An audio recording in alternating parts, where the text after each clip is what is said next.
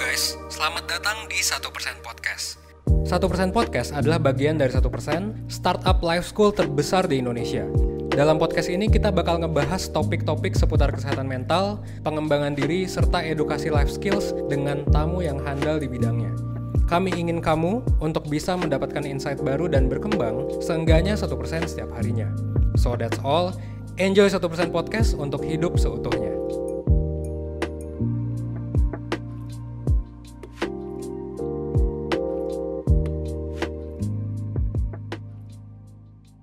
Halo Perseners, apa kabar? Balik lagi di podcast 1% bersama saya, Teresa Indira, atau biasa dipanggil Tesya, salah satu mentor dari 1%.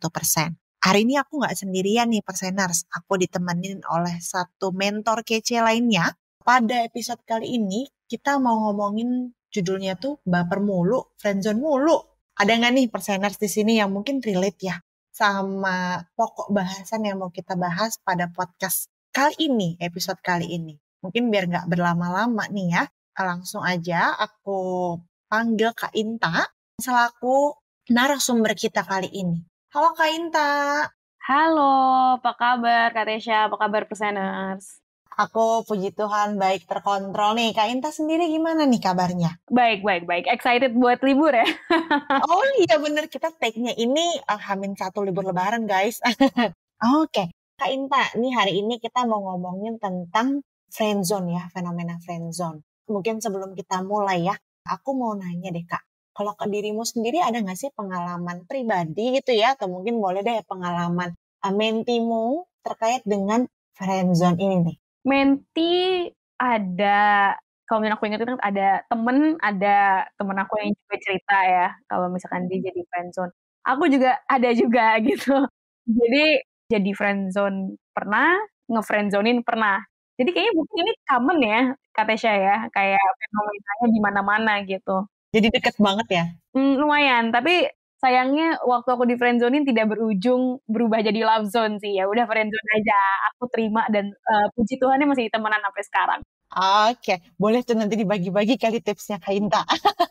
Jadi itu ya pengalaman dari Kak Inta sendiri ada, terus melihat temen juga ya, terus pengalaman menti juga ada. Ya benar sih, berarti fenomena friendzone ini dekat ya dengan kehidupan sehari-hari kita. Oke, sebelum kita bahas lebih lanjut, mungkin kita perlu sepakat dulu nggak sih Kak Inta dari definisinya sendiri ya. Friendzone tuh apa sih? Jangan-jangan Perseners di sini yang lagi dengerin, itu udah punya persepsi atau pandangan sendiri terkait arti friendzone. Jadi kan bisa jadi beda-beda ya. Nah kita samain dulu nih, gimana tuh Kak Inta? Nah, kalau friendzone ini aku cari-cari juga gitu ya. Ini kan bukan psychological term banget gitu ya, tapi fenomena friendzone ini memang situasi di mana dalam satu pertemanan nih ada satu orang yang mungkin memiliki perasaan lebih intens dan ingin memiliki hubungan yang lebih dari teman gitu di pertemanan ini. Nah, biasanya situasi friendzone ini nih pihak yang tidak memiliki perasaan lebih tuh biasanya nggak tahu, nggak nyadar, dan biasanya mereka itu cukup puas dengan pertemanan ini. Jadi, jadi teman aja emang udah seneng gitu pihak yang nggak punya perasaan ya. Tapi pihak yang memang tadi aku sebutkan memiliki perasaan lebih intens, pengen lebih dari teman, ya pasti kan jadi kayak stuck ya gitu, bahwa dia pengen lebih nih ceritanya. I see, nggak nyaman banget ya pasti ya, karena kan jadinya nggak diungkapin juga. Mau dibilang bertepuk sebelah tangan juga nggak juga ya Kak Inta ya berarti ya. Oke, terus menurut Kak Inta nih ya, kenapa ya ada beberapa orang atau aku sendiri deh atau kita lah ya semuanya nih bisa kena friendzone atau terjebak tuh dalam hubungan friendzone itu? Jadi basically sebenarnya semua hubungan interpersonal atau semua relationship itu kan social exchange ya, Kak Tesya ya. Oh, social exchange apa tuh? Nah, yang disebut social exchange adalah intinya adalah we give and take. Ya, itulah gampangnya. Jadi kita memberikan, kita juga menerima. Kayak gitu kan ya, exchange. Itu semua hubungan tuh pasti ada kayak gitu. Hubungan romantis, hubungan teman, hubungan keluarga. Pasti kita ada give and take-nya. Friendzone ini terjadi pada saat si social exchange-nya ini tidak setara. Jadi give and take-nya mungkin orang yang memiliki perasaan ini memberikan lebih banyak dibandingkan apa yang dia terima. Jadi mereka memberikan temennya ini tuh banyak banget gitu everything, tapi mereka nggak memastikan bahwa juga mereka mendapatkan yang setara dari temennya itu, atau mereka mendapatkan yang mereka inginkan gitu, yang mereka butuhkan gitu. Jadi jomplang ya bahasanya gitu. Jadi itu sih bagaimana kita bisa masuk ke dalam suatu keadaan friendzone ini. Oke, terus aku jadi kepo nih. Kalau misalnya nih ada seseorang yang terjebak dalam hubungan yang friendzone nih, ujungnya akan gimana ya Kak Inta ya? Mungkin nggak sih dari friendzone ini, apalagi kalau misalnya dari pertemanan yang mungkin relatif lama gitu ya, misal dari teman SD atau SMP, sekarang udah kuliah nih, tapi baru muncul terus di salah satu pihak benih-benihnya gitu kan. Gimana ya tuh Kak Inta? Mungkin nggak ya itu menjadi berakhir bahagia jadi love zone atau gimana tuh? Oke. Jadi ini bagaimana kalau misalkan ini ada perseners-perseners yang lagi dengerin dan berada dalam friendzone, I feel you, it's okay. Dan pengen bisa jadi love zone nih, mungkin nggak ya gitu dan gimana caranya. Nah, sebenarnya nih begitu aku research tuh ada sih beberapa trik ya, tapi mungkin sebenarnya definisi trik sih, bener-bener trik-trik yang kayak in a way bisa dilihat manipulatif juga, tapi nggak merugikan orang lain sih sebenarnya. Tapi mungkin kita coba bahas dulu kali ya, Kak Tesya satu-satu. Nah, yang pertama mungkin gimana nih caranya bisa masuk ke melewati jembatan friendzone ini masuk ke love zone itu adalah kita juga mungkin bahasa Inggrisnya adalah be less interested gitu. Jadi bagaimana kalau kita benar-benar punya perasaan yang intens kan jadi tadi aku bilang hubungannya jomplang ya, nggak balance gitu, nggak setara. Karena kita memberikan nilai yang lebih besar dibandingkan teman kita ini. Jadi mungkin maksudnya be less interested adalah coba deh, persenas nih take a step back. Mundur dulu yuk. Habis itu nunjukin bahwa oh kita nggak se-invested itu kok sebenarnya gitu. Dan juga menyiapkan diri untuk cabut gitu ya, walk away kalau misalkan tidak mendapatkan hubungan yang kamu inginkan. Nggak dikejar banget nih gitu, tapi memang ya tadi aku bilang be less interested. Nah itu trik yang pertama. Kayak aku bilang ya kata saya can be bisa dilihat agak manipulatif ya sebenarnya. Nah yang kedua adalah membuat diri kita lebih langka gitu. Maksudnya ini mungkin berhubungan dengan yang pertama ya. Jadi kan biasanya kita cenderung take things for granted kalau ada terus ya. Individu itu memiliki kecenderungan kalau sesuatu tuh ada terus ya kita nggak terlalu mengapresiasinya. Tapi begitu itu diambil, kita jadi lebih kayak mengapresiasinya lebih lagi gitu nggak sih Kak Resya ya? Jadi misalkan kita suka satu bolpen, abis itu kayak ya udah ada bolpen aja biasa, tapi begitu bolpennya tiba-tiba hilang kayak panik, mana nih bolpen kesayangan gitu, baru kerasa nih kehilangannya. Nah itu dia konsep dari membuat diri kita lebih langka dalam arti gak terus-terusan ada nih buat dia gitu, karena kita memberikan waktu juga buat dia menyadari pentingnya peran kita di hidup dia sebenarnya. Apakah nanti begitu kita agak lebih jarang ketemu dia, terus dia biasa aja, itu kan juga menunjukkan berarti, oh mungkin mereka emang nggak value kita segitunya, tapi begitu kita cabut, mungkin bukan cabut sih, lebih kayak agak lebih jarang gitu ketemunya, terus boundaries, terus dicari, oh, itu kan berarti emang menunjukkan nih, oh dia memang mungkin mengapresiasi kita, dan juga senang dengan keberadaan kita gitu. Jadi itu kita juga bisa testing the water juga tuh dengan hal ini gitu. Jadi itu mungkin berhubungan dengan yang pertama. Nah, yang ketiga, ini juga trik lagi nih memang gitu ya, membentuk atau menciptakan sedikit kompetisi. Aduh ini aku menekankan ini benar-benar untuk yang friendzone ya. Kalau misalkan yang dalam hubungan romantis diharapkan tidak melakukan hal-hal games atau trik seperti ini gitu ya. Hati-hati, ini kan kalau friendzone belum berada dalam hubungan romantis ya. Membuat kompetisi itu artinya kita coba biasanya kalau misalnya kita jadi friendzone nih, hidup kita sebenarnya dia banget nih, hidup gue revolves around you gitu. Nah, coba deh kita kembangin lagi social network kita, pertemanan kita, mungkin coba temenan sama yang lain, temenan sama siapa gitu, dan mungkin kalau misalkan balik lagi, karena kini tujuannya adalah pindah dari friendzone ke love zone gitu ya, dan juga untuk tadi aku bilang testing the water, sekali-sekali mungkin ngomongin temennya yang lawan jenis atau sesama jenis ya, sekarang kan udah beda-beda, maksudnya yang sexual interest-nya gitu ke temennya gitu, ngebahas gitu, temen aku kayak gini gitu, and then we can see nih their reactions gitu regarding. Nah, itu yang ketiga. Nah, yang keempat, karena tadi aku bilang jomplang, juga mungkin bisa dicoba untuk, coba deh sekali-sekali kita yang minta tolong, kita yang minta sesuatu gitu. Kita kan selama ini yang ngasih terus nih, give and take-nya kan tadi nggak setara ya. Coba sekali-sekali kita yang minta sesuatu dari dia. Ini adalah proses untuk melihat apakah mereka invested juga di kita. Dan yang terakhir jangan lupa adalah memang kita juga mengapresiasi mereka gitu atas usaha-usaha yang mereka lakukan. Nah, tadi kan sebenarnya ada 5 nih triknya. Tapi sebenarnya yang paling aku suka adalah yang terakhir. Tapi sebenarnya yang 6 nih pengen aku pisahin sendiri sih. Basically, pakai trik yang manapun, dibalikin lagi individu yang biasanya berada dalam friend zone, itu tuh biasanya mereka punya desire atau ya keinginan untuk lebih gitu ya, tapi mereka takut untuk mencari tahu sebenarnya aslinya gimana, terus kayak ya udah nggak apa-apa gitu dengan uncertainty. Jadinya yang tidak dilakukan padahal penting adalah komunikasi. Jadi sebenarnya di balik semua trik-trik tadi, itu yang paling penting adalah bagaimana kita menyampaikan apa yang kita inginkan ke teman kita itu. Komunikasikan apa yang kita butuhkan, apa yang kita inginkan, mungkin kamu pengen tahu perasaan mereka kayak gimana, itu sebenarnya yang penting. Jadi trik-trik tadi itu memang ya ada cara-cara gitu, gimmick-gimmick lah ya untuk mencapai melewati jembatan itu. Tapi at the end of the day, it's very important untuk mengkomunikasikan apa yang kamu inginkan. Mau itu berproses ngajak ngedate you bener-bener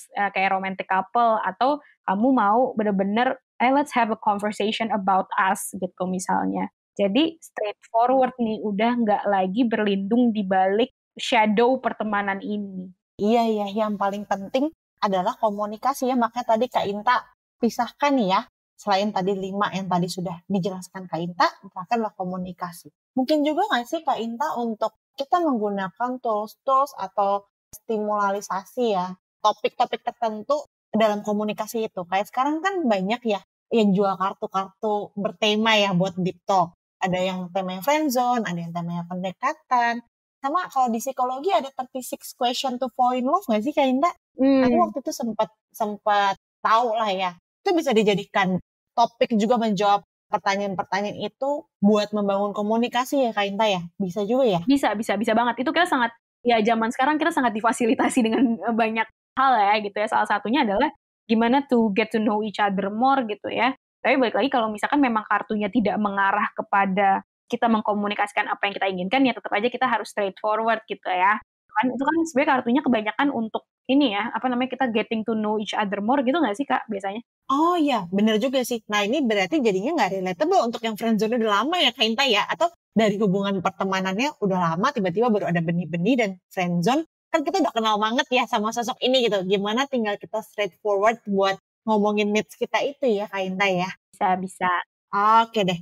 Terus nih Kak, kan mungkin nggak sih juga nggak semuanya berujung indah ya, bisa jadi love zone kan. Yes. Ada juga yang harus merelakan, merelakannya itu ya tetap jadi teman gitu kan, kita belajar berdewasa juga. Tapi ada yang mungkin jadinya nggak enak gitu ya, ada rasa-rasa nggak nyaman, terus hubungannya malah renggang. Jadi ada beberapa orang yang lebih ingin menghindari si friendzone ini.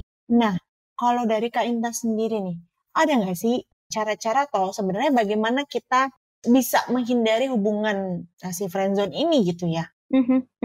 Nah, ada sih beberapa cara nih ya yang aku temuin juga kita bisa lakukan gitu ya untuk jangan sampai masuk deh gitu ke friendzone-nya gitu misalnya. Yang pertama adalah dari awal kita itu pilih pasangan yang match. Nah, maksudnya apa nih? Jadi intinya adalah sebelum kita mencari pasangan, kita tahu dulu nih apa yang kita inginkan dan apa yang kita butuhkan juga.